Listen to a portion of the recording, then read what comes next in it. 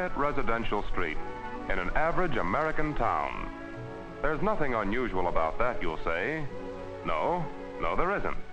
As a matter of fact, this is the sort of thing most of us expect to have, sooner or later. And a weekend free from work, with a chance to take it easy in the afternoon. There's nothing unusual about this either. We expect pleasure. We like it. Over there on the drive, the family car. After all, well over half our families have a car, though not always the latest model. 1 to every 5 people, the statisticians say. About that. Radio, too, if you like. Any station you want. Walker's going back. I don't think he has a chance for this ball. He's going to try for it anyway. It's all part of the scheme of things. Even those of us who don't yet have it think of it as a reasonable standard of living. Running water? Who gives it a thought? You have to have running water, and you have it. And a modern stove. That's all a part of it, along with the refrigerator, of course. These are things that just go with the American pattern of living. Most of us don't think about them much. Want music?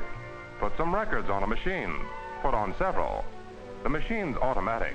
It will do the changing. Want more light? There you are. And if you should want to call a friend across the street or across the world, there's the telephone. There's a great deal more to this American way of life, of course, and it's all familiar enough. It's familiar in the home, and it's familiar in the larger community. The main street of any town is almost the symbol of America. That's where the stores are. That's where we go shopping. Candy and ice cream? Buy all you want. Hardware? Sure thing. A complete line. Shoes? All styles and sizes. Gas, oil, water? Yes, sir, and free air, too. Movies? Come early and get the best seats. Books? The library is yours. Help yourself. Medical attention? There's the doctor and the hospital. Education? Schools for everybody. But do you really think all this just happened? Do you really think there's nothing special about it? Just listen to these statistics. Listen. Comparing America with the rest of the world, we find that of the world's total population, we have 1/15. 1/15 of the population. Of the world's natural resources, our share again is roughly 1/15. But of all the goods and services produced in the world, we in America turn out over 1/3. 1/3 of the goods and services. Those are the figures for the overall comparison. Now let's compare America with other countries in terms of what the individual can buy for a given amount of work in a normal peacetime year. In such a year, the average American worker for 1 hour's work earns enough to buy over 7 loaves of bread. In the same amount of time, an Englishman earns 5 loaves of bread.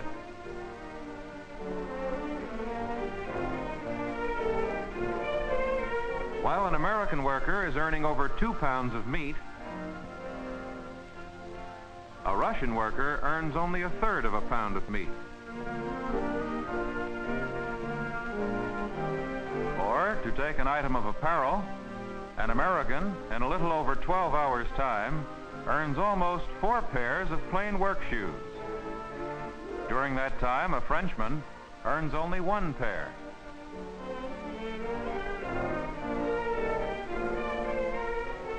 In terms of average yearly earnings, we get this comparison. The white columns tell the story.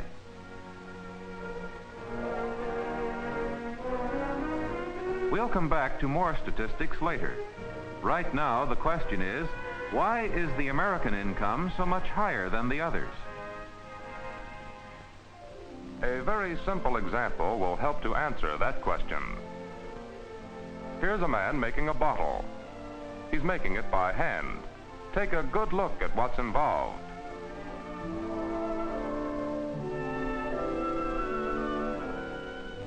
One man and a helper. And what's the output? A little less than 50 bottles per man per hour. Now here's another man making bottles, only he's making them by machine. Let's watch this.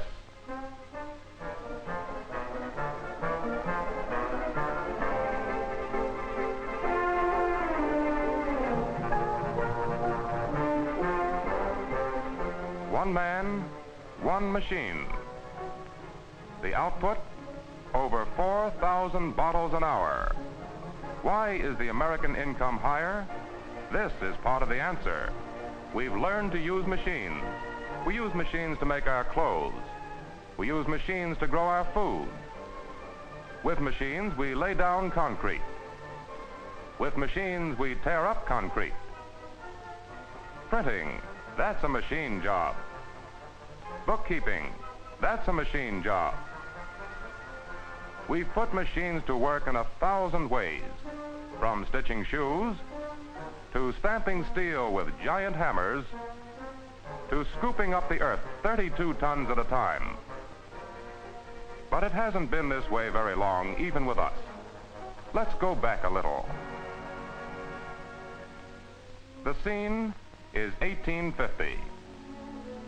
At this time, there were some machines in use, of course. The water wheel, for example. The wheel and the shaft. The gears and the driving mechanism were made by local craftsmen. This was how grain was ground in the America of 1850. But machines even of this type weren't any too common. For travel and for hauling, there was the Conestoga wagon, horse-drawn, lumbering, slow. For metal work, there was the blacksmith with his hand tools and hand-operated forge. A hand process like this with hammer and anvil took skill. And it took something else. Strong arms and a good pair of shoulders. The story was pretty much the same with making barrel staves. It was a hand operation, slow, laborious, and costly. Shoemaking, more of the same. Hand tools, hand skills, muscle power. It took time, and it was tedious work. To plow your land, you followed behind a good, strong team of oxen. That was the scene in 1850. Let's see how it looks to the statistician. To summarize the situation in 1850, let's see how the work was divided among animal power, manpower, and machines driven by wind, water, and fuel. Animal power, 50%. Manpower, 20%. Machine power, 30%. That's how the work was shared, with animals and men doing very much more than machines. Taking all the work that was done, what was the average per worker in terms of output per hour? 27 cents worth of goods and services measured in present-day buying power. That was our productivity in 1850. 27 cents worth of goods and services per man per hour. That's how it averaged out. What did that mean in terms of the standard of living? What did a productivity of 27 cents per man hour mean to the general scheme of things? What did it mean? For the farmer, it meant long hours for a low yield. It meant crude implements and a primitive agriculture. To the housewife, it often meant the difficulty of cooking before an open fire, the fuel being wood that had to be cut by hand.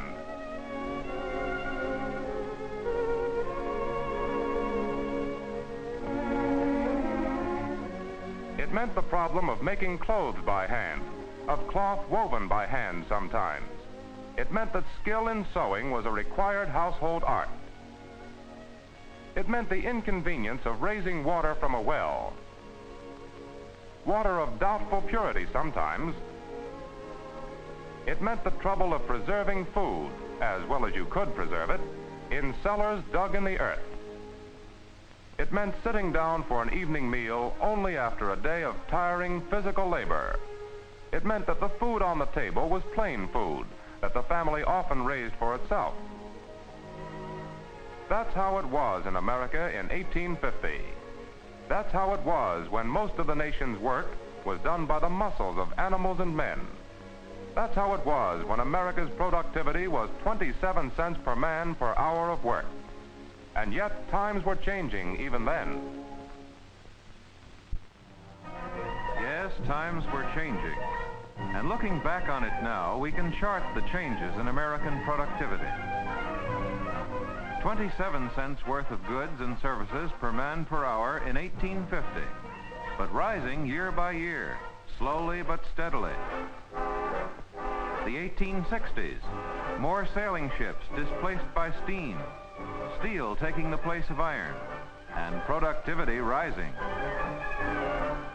The 1870s, coal production up, more railroads, more steamboats, more steam engines at work, more furnaces and factories, and productivity rising. The 1880s, telephones coming in, more machine tools in use, more and better machines, and productivity rising. The 1890s, internal combustion engines, dynamos and electric motors, and productivity rising.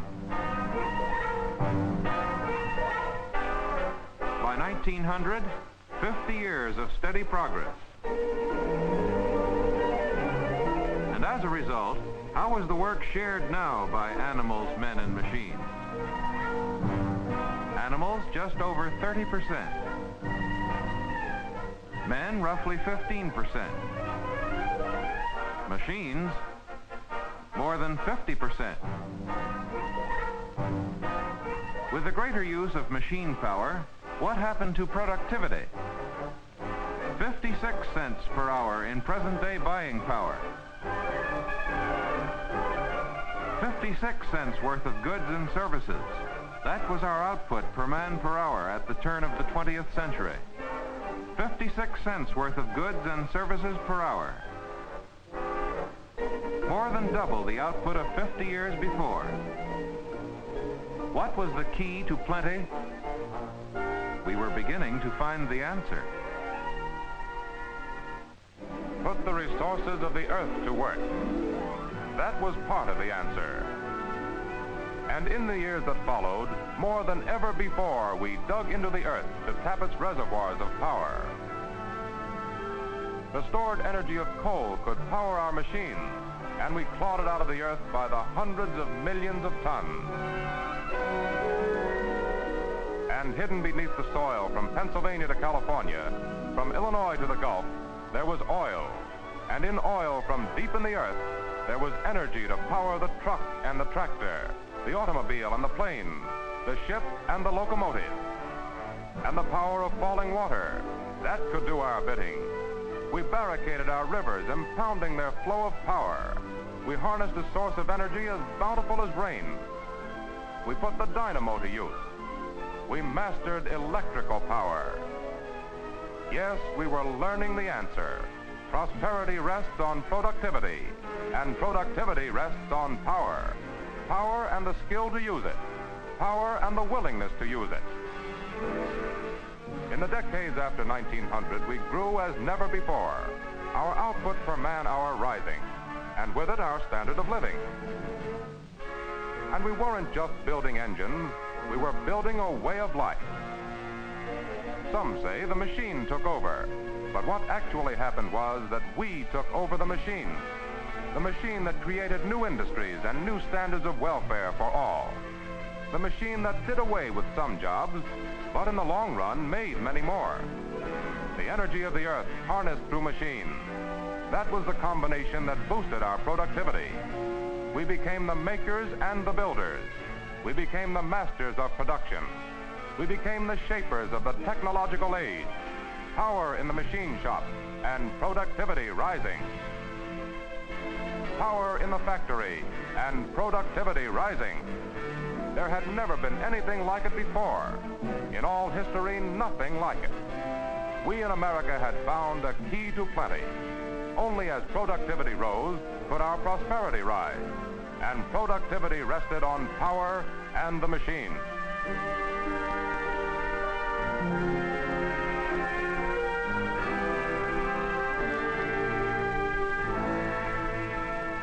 We built the greatest productive plant the world had ever seen. But it didn't all just happen. Investors, big and little, who put up the capital required to expand our productive capacity, they were all behind it. Men of science, research, and invention, they were all behind it. Engineers and technicians, men of industrial know-how, they were all behind it. Management, sales, and advertising executives, they were all behind it. And the millions and millions of Americans who make up our labor force, they were all behind it. That was the combination that gave us what we have. Let's see how the picture today looks to the statistician. If we summarize the situation today, we find our sources of energy divided up like this. Animal power, 2%. Manpower, little more than that. Machine power, 94%.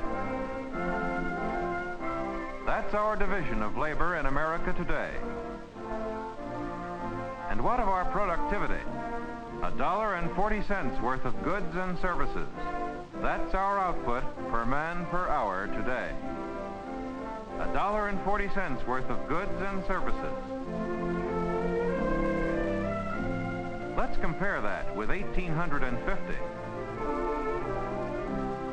5 times as much. Productivity up 5 times in a century of achievement. And with the rise in productivity has gone a reduction in working hours from 70 hours a week 100 years ago to about 40 hours a week on the average today. And most important of all, per capita income has matched the rise in productivity. 5 times today what it was in 1850. These things productivity has given us.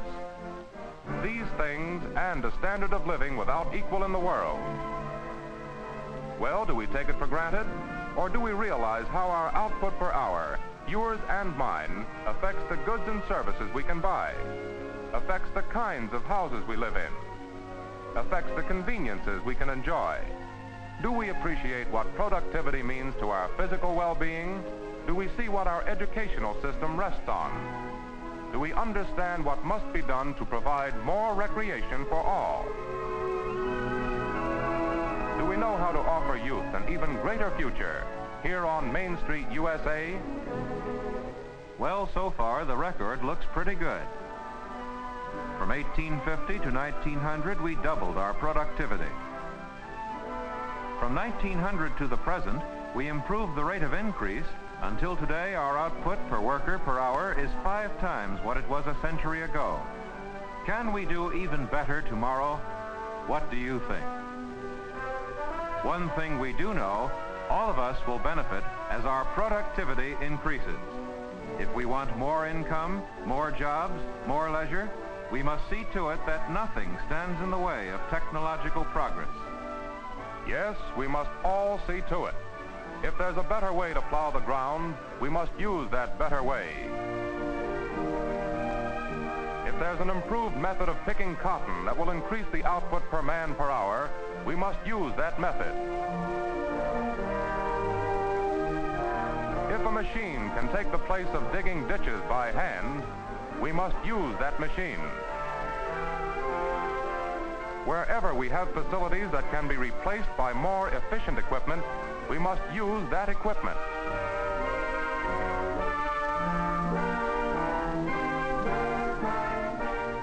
And along with the continued use of the old, where it does an important job, we must be prepared to make increasing use of the new. And always we must look to our basic sources of power. Today, oil, coal, and gas. Today, hydroelectric power. Tomorrow, perhaps, we will add the power of the atom. So how do you want it? Where do we go from here? You will help make the decision. You will help provide the answer. You in the shop. You in the office. You in the factory. You on the construction job. You designing dresses. You designing machinery, the record is plain enough. Productivity is the key to plenty, but we have to use the key. And on how we use it rests the future welfare of all the people on all the main streets in America.